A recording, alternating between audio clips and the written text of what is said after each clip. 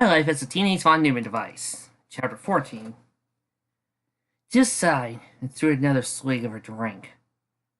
Once again, it was Friday night, and she and her cousin Britt were hitting the town hard. The first few hours were usually dance clubs or trendy bars, where guys would buy them drinks in exchange for a dance or an opportunity to try a pickup line or two.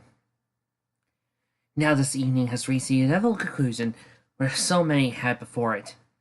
Britt had picked up the suitor that met the rigorous balance of physical attractiveness and wallet size, while Tiff was left with whatever wingman the guy had been out coming with. The four of them were then headed to the guy's apartment, so Britt could gaze in a taste, while Tiff expected to entertain the leftovers. You don't want to keep clubbing with me. You have to maintain our reputation. I don't want to go home alone because people think that Crest girls don't put up, do you? Britt had once explained to her. Tiff honestly wouldn't mind going home alone, or even skipping a night scene altogether once in a while. But in all honesty, what else could she do? The other kids at school feared Tiff, not liked her. Britt was the only one keeping them both at the top of the social hierarchy. So, you think your friend in there is enjoying herself? Asked Steve, or Stan, or something. Tiff forgot his name was exactly. Tiff paused in silence, listening to the sounds drifting through the wall. Oh, fuck me heart's dead. Oh, my touch nuts, came Brett's muffled voice, and then thought she could almost make out the wet spanking sound of flesh as Brett Steve granted her request. Sounds like she is, grumbled Tiff, finishing off her drink with a gulp and slamming the glass down on the table. Turning her attention back to Steve, Tiff saw that he had slid across the couch, closing the distance between them and allowing his arm to half encircle her shoulders. Tiff smelled the alcohol on his breath when he spoke. So, how about we two ourselves out here too? Before Tiff could respond, Steve leaned forward and kissed her lips. That was going to happen eventually, Tiff figured. Besides, she managed to get about $45 worth of drinks, food, and cab fare for this one already. That's about as good as Tiff ever got. Unlike Britt, who often walked away with gifts of jewelry and expensive clothing, Tiff opened her mouth and began tongue wrestling, her mind not particularly concentrating on the task at hand. She was more concerned listening to Britt's moans, hoping her cousin would finish before she had the pleasure of the guy hurriedly pawing at her breasts. Why don't we lose these clothes and get busy? Growled Steve, his hot breath against Tiff's neck. How about? Tiff purred insensibly, using one hand to gently push against his chest to give her some room. You stop by getting me ready for you. Tiff unzipped in front of her shorts, indicating what she wanted. Steve was only too happy to oblige, lowering his face to Tiff's groin as he stripped her shorts and panties out for her. Tiff leaned back against the arm of the couch and spread her legs open, giving full access to her damp pussy. Dig in, babe, and maybe I'll return the favor. Tiff answered in a husky voice, spreading her labia open with 2 fingers. Second layer, Steve was eagerly lapping at Tiff's pussy, dragging his tongue over her lips and clit, while his nose pressed against Tiff's pubic hair. There, just to give him a minute for a moment. Most men did want to please their lover, Tiff found, as long as they were sober enough to remember. Tiff held onto his head with both hands, pushing his mouth more firmly against her sex, which encouraged Steve to tongue fuck her more aggressively. Tiff shivered in pleasure, her clit buzzing with sensation each time it was lit. Okay, maybe it wasn't all bad, even if Riff did get the cuter one. Closing her eyes, Tiff sank deeper into the couch cushions and relaxed, eventually feeling the first faint tingles of an orgasm starting to build deep within her hips. Time melted away for Tiffany Crust, and the building heat between her legs, only thing occupying her maid, until abruptly, Brett emerged from the room. Tiff, lock that off for a minute. I need to talk to you, stated Brett sharply, causing Tiff's eyes to snap open in surprise. Brett does a turn just as Tiff was about to climax. Now Steve paused his work. Tiff's orgasm was quickly becoming farther and farther away. Is there such a thing as becoming blue, overeat? Steve was clearly distracted by Britt's state of undress. She was wearing only a sheer pair of lace panties, and her lover's house coat casually left wide open in front. What do you make of these? It started beeping in my purse all of a sudden. Britt held out Silver Cell's remote control, which Tiff had stolen some time ago, blinking red light flashing insistently. Dang, cuz, can't wait, growled Tiff, frustrated. Steve, maybe it was Stan after all, now that she thought about it. Steve's looking at her, saying out possibly out politeness. more likely to catch an eyeball of Britt's almost naked body. Tiff caught the remote and tossed the Brit to her, giving her a culture explosion.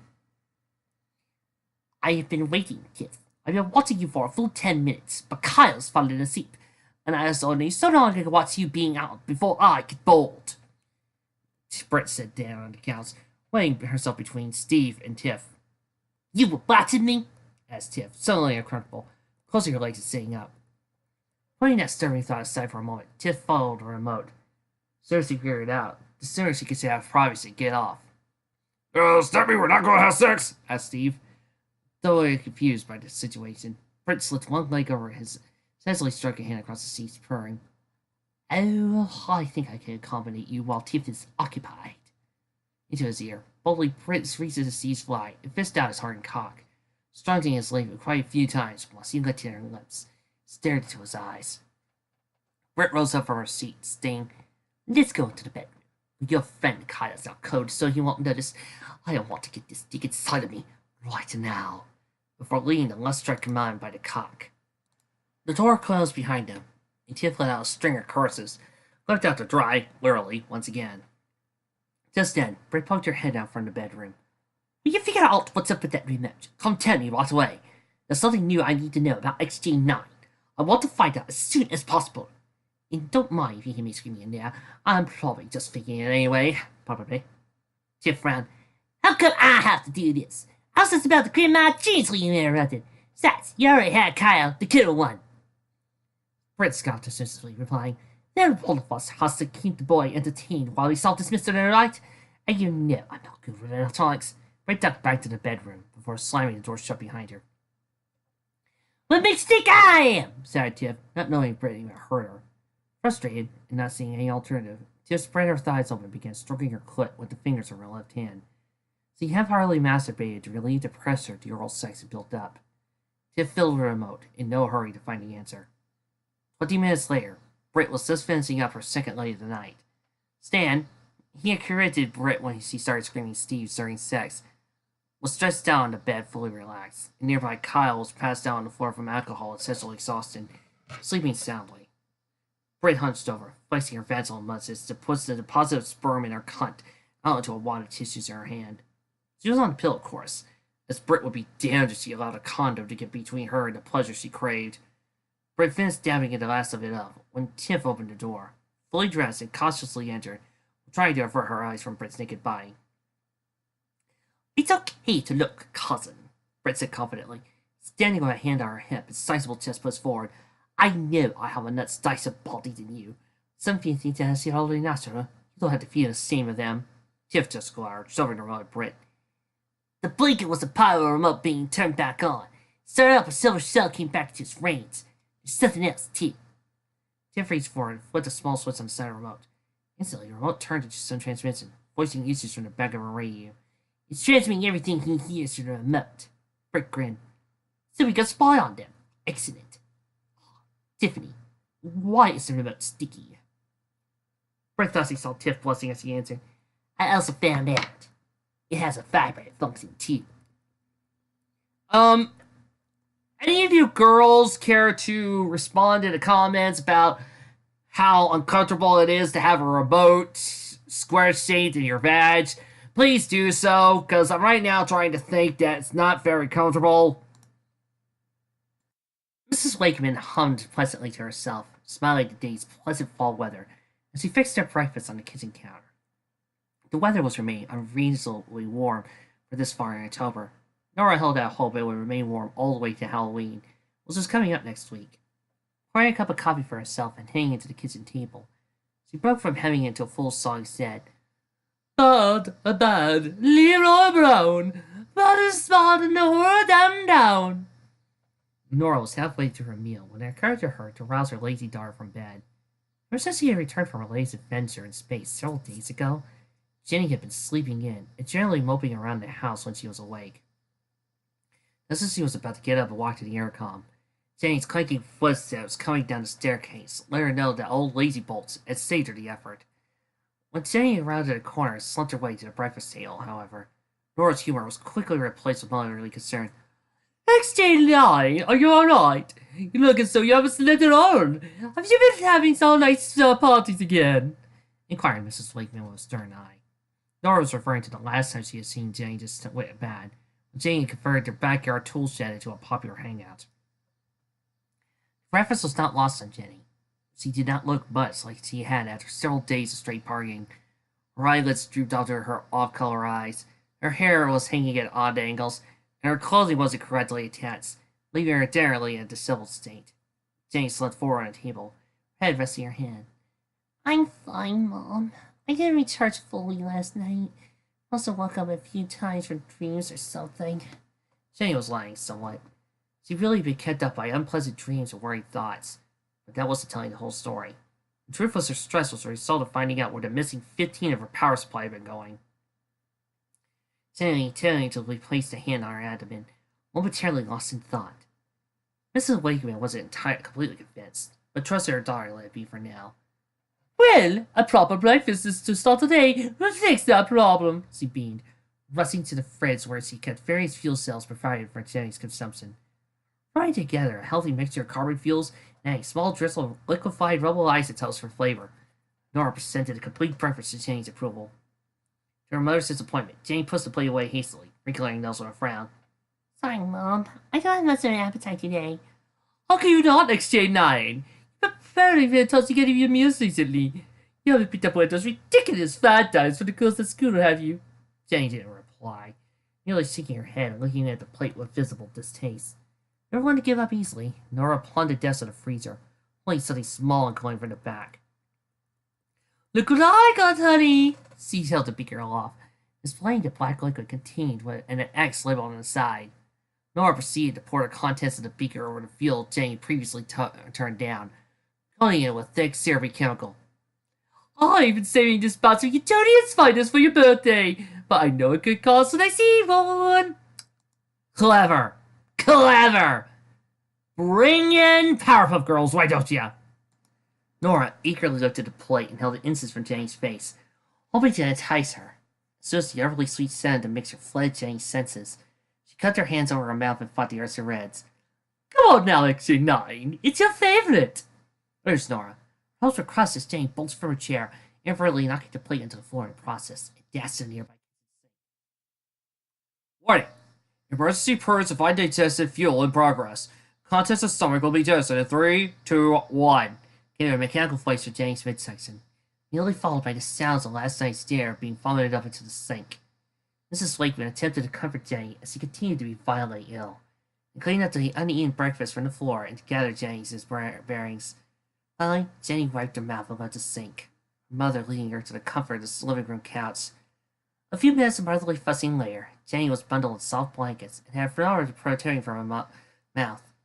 Nora stood at Jenny's side, having fetched a travel bag with lab equipment. Well, your temperature and pressure are normal. No tachyons to signify a temporal displacement or neutrinos caused by mouse-to-the-night sickness. Jenny, what other symptoms have you noticed? Jenny shrugged. Mostly been tired a lot. Nothing else to speak of, really. Nora linked her PDA to CPU and ran a quick check for viruses, worms, or even, she started to think, spyware, but detected none. Despite having a healthy immune system, Jenny was strictly forbidden from using the internet, for fear that she would contract some form of malicious programming that her system couldn't fight off. Perhaps she had picked up something from that alien ship. XJ9, when you were with the cluster, did you interface with any of the robots there? Jenny averted her eyes, twirling her fingers nervously. Oh, a little, she said meekly. The memory of her rape by Bruce's bodyguards was still fresh in Jenny's mind. She had not figured out exactly how to deal with it yet. For the time being, she chose not to speak or even think about it until she could organize her thoughts. She knew the cluster guards were not responsible for her delicate condition, so ignoring them seemed like the most practical option at the moment. XJ9! I'm disappointed in you! I thought I programmed you to be aware of the dangers strange robots represented. Mother lectured. That's why I always told you to wait until the third date before you kiss. And wait until you've met this creator before you exchange data. Now, open your mouth and say ah, added Nora, adding an adapter cable link to Jenny's oral drive to check for damage. Jenny frowned, taking a moment to choose her words carefully. That's Not the part we used, Mom. Jenny watched the color drain from her mother's face. Then it was replaced by a flush of red. It gradually calmed back to its regular tone. Well, let's see it then, Nora said quietly. Jenny grimaced, recognizing the first stage of her mother being upset.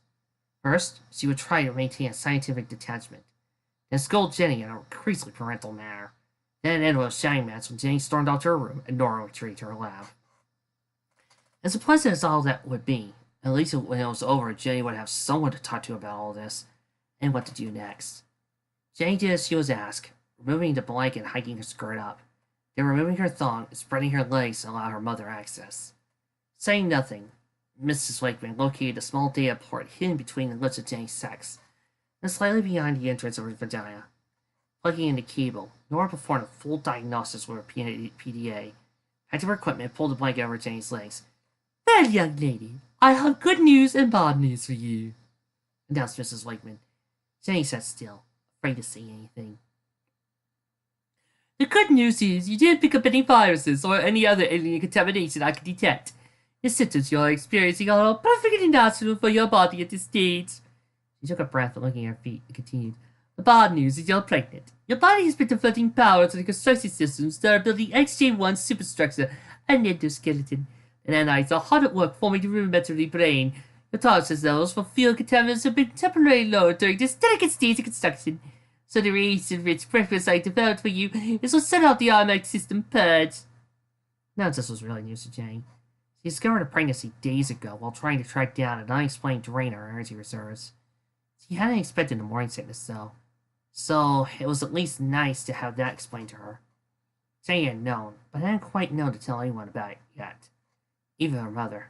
Now the secret was out. Before she was ready, she would have to deal with it best she could.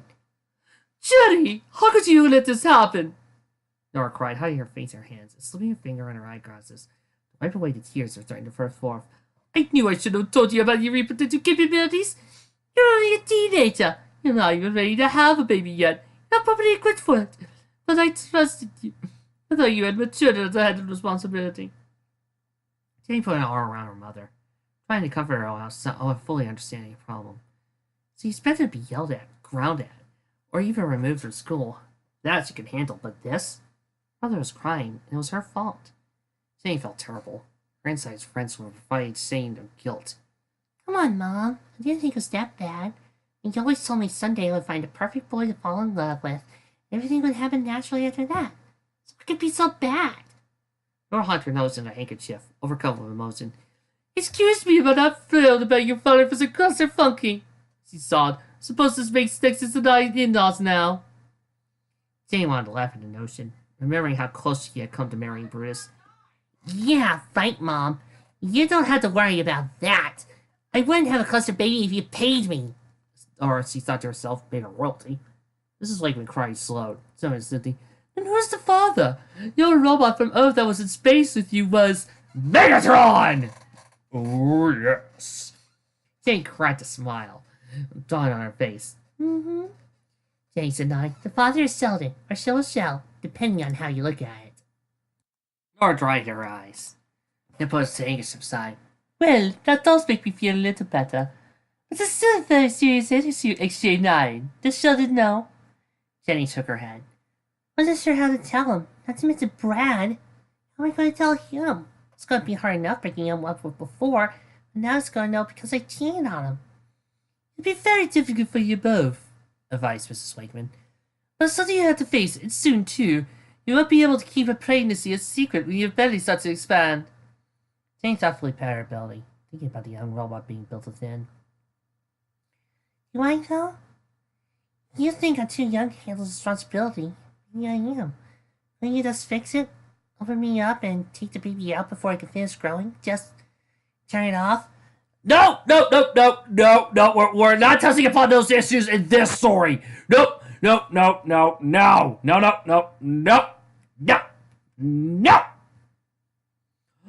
your life, XJ9! Nora responded, folding her arms across her chest. Interrupting the gestation would destroy the nanites and cause near-instantaneous brain death, but the poor thing's brain collapses on itself. Jenny opened her mouth to speak, but her mother cut her off, anticipating her rejection. And before you suggest it's just a mass of medical necessity, it's a truly alive until it's activated. Let me remind you that you said the same when I was just out of you once upon a time. Aren't you glad I listened to my own sense instead of the tiny minds inside the government bureaucracy? You're afraid of what may become when you grow up.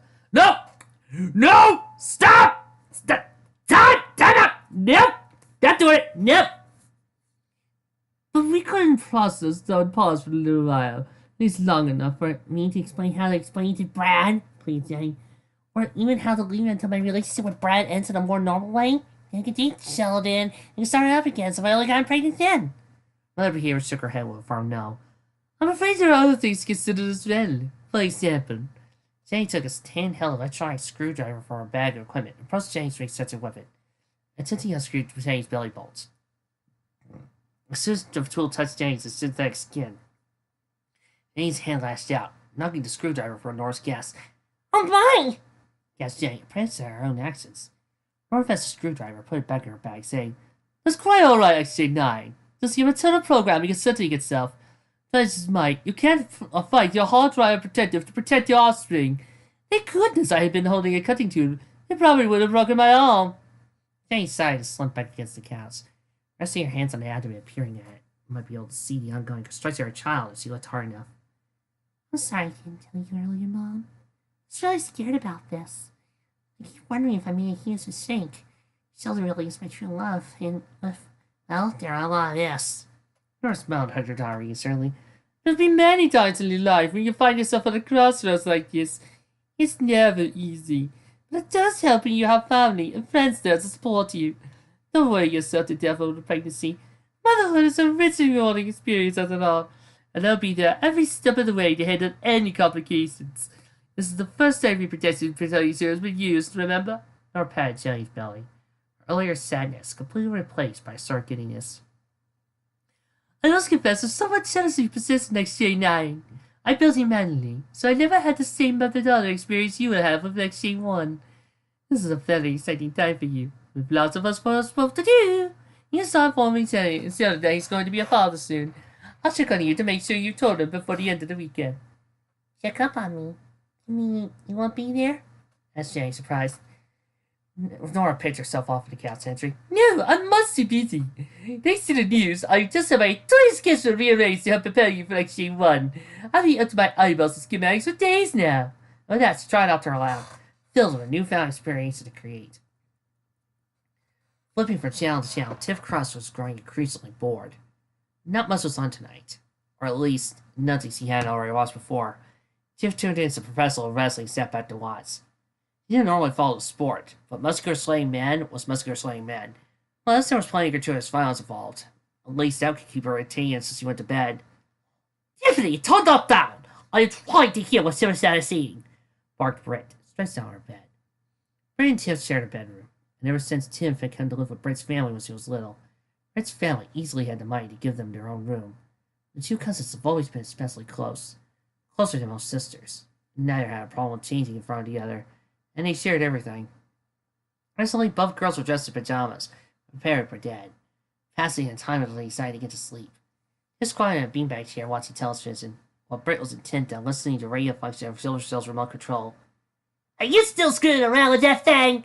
You know he does read books and watch Japanese cartoons. How's that interesting? And quiet, Tiff. It's no different than when you were obsessed with that police guy I got you for your birthday. All right, size right now. He's over at Jenny's house. I hear Mom say Jenny has something important to tell him, and I plan to hear it. Now pipe down before I gag you. Britt returned her attention to the remote, laying on her front with her legs kicking the air above her. Tiff turned off the television, sat on the bed next to her cousin, and addressed it as well. From the remote, they could hear Sheldon speaking in an obviously depressed tone. You're what? Sheldon yelled, prompting Jenny to repeat. Pregnant. Tiff and Britt looked at each other, stunned. She got knocked out!